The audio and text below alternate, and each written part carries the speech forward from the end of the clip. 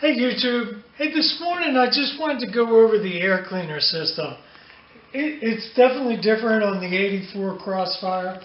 The 84 hood, C4 hood is different than the rest of the hoods. It does have a cold air intake, and I was just going to go over and tell you kind of how it works. So first of all, we bring our air in from here, and we have these two ducts that run up here and go to there. Then on this air cleaner, we have air coming in both sides, but it has a certain function. And I was just going to show you how the function works, how the diaphragms work. And if I pull this off, right here is a hot air tube. And this hot air tube, when the engine is cold, you're supposed to be bringing all your air across this exhaust manifold, and that will heat up the air, bring the air into this air cleaner sensor. And this is a Thermax sensor. So this Thermax sensor, the idea behind this is it's a bimetal spring that opens and closes depending on temperature. So as the hot air comes in here, this bimetal spring opens up, allows the port to change the vacuum, and then the air cleaner will bring in cold air from these ducts. So I just wanted to go over a procedure on how we're going to diagnose this and different things we can do with this.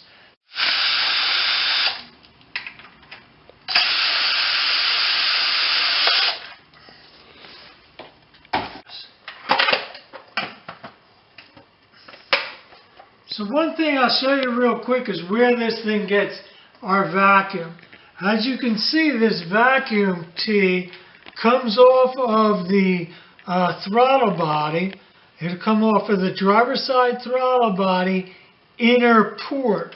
Okay? So we'll go ahead and we'll disconnect that. Get down in there, and then we can take this off. Okay, so while we have this air cleaner off, I just want to show you where these vacuum ports go and what they do. So the driver's side outer vacuum hose, this hose right here, this hose goes to the MAP sensor. The MAP sensor is the manifold absolute pressure. So what it's going to do is it's going to tell the difference between the pressure that we live in and the pressure in the intake manifold. Right? So at idle, you would have vacuum, so you would have less pressure than what we have up here. As you start to open these throttles, you're losing vacuum, you're equalizing outside pressure with inside pressure, right? So as this thing sees less vacuum, or the absence of pressure.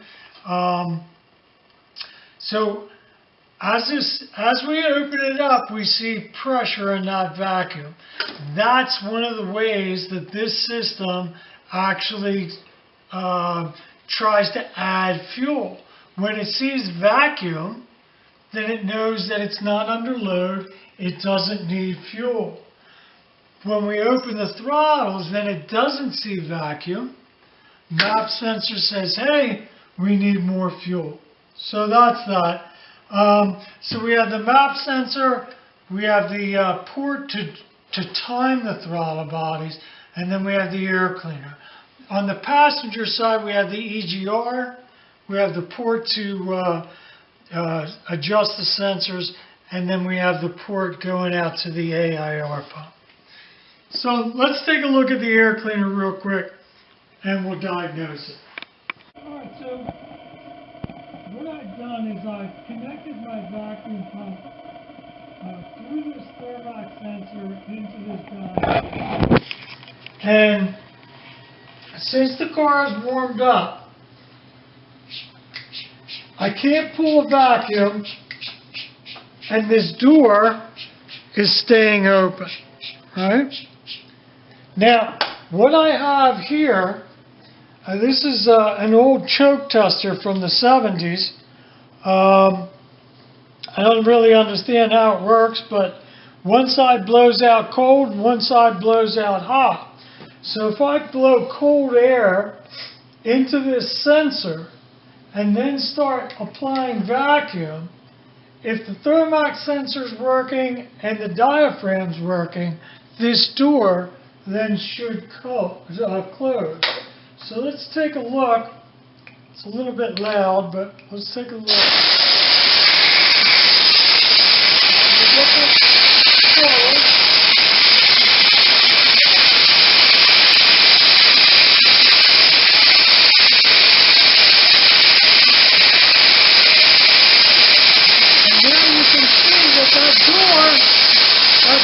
Now closing, right? Because it's cold.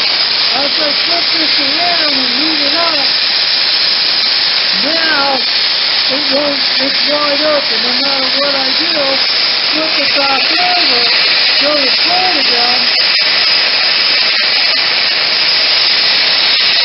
And as I go to cold, as it gets cold,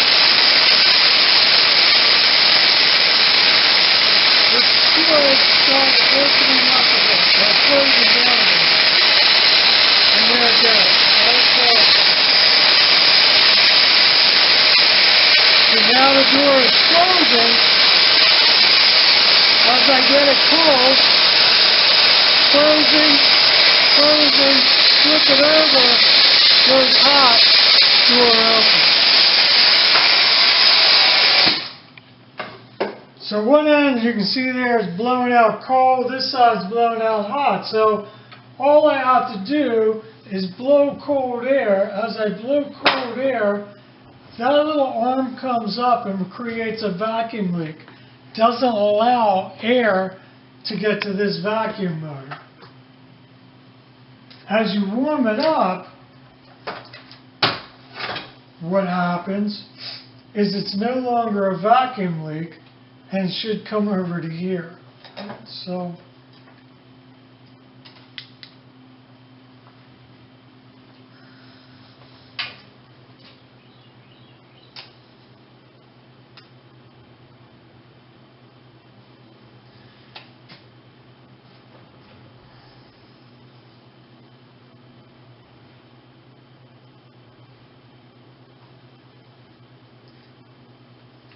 now, just to test the diaphragm, what we'll do is we'll put the vacuum line straight onto the diaphragm.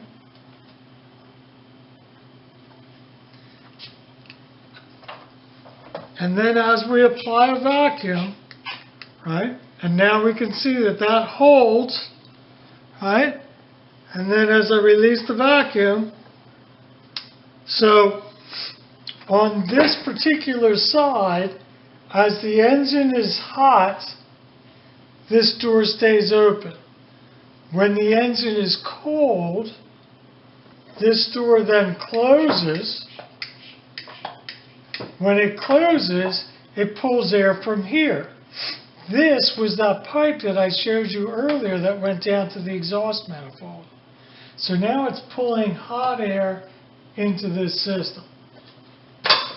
Now on the other side, what we have is another diaphragm, and we'll test this one.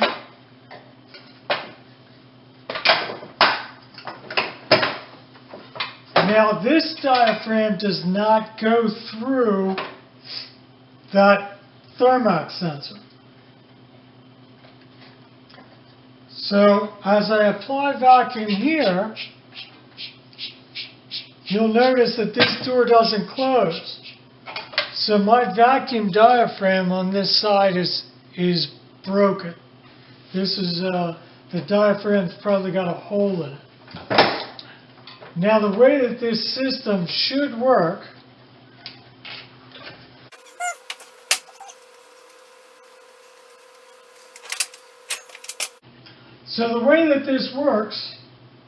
vacuum comes in here, goes to the Thermax sensor.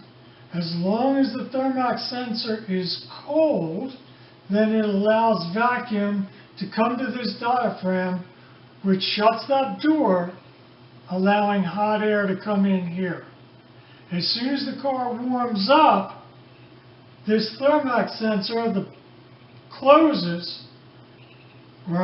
opens, and then allows this door to open because there's no vacuum to this diaphragm.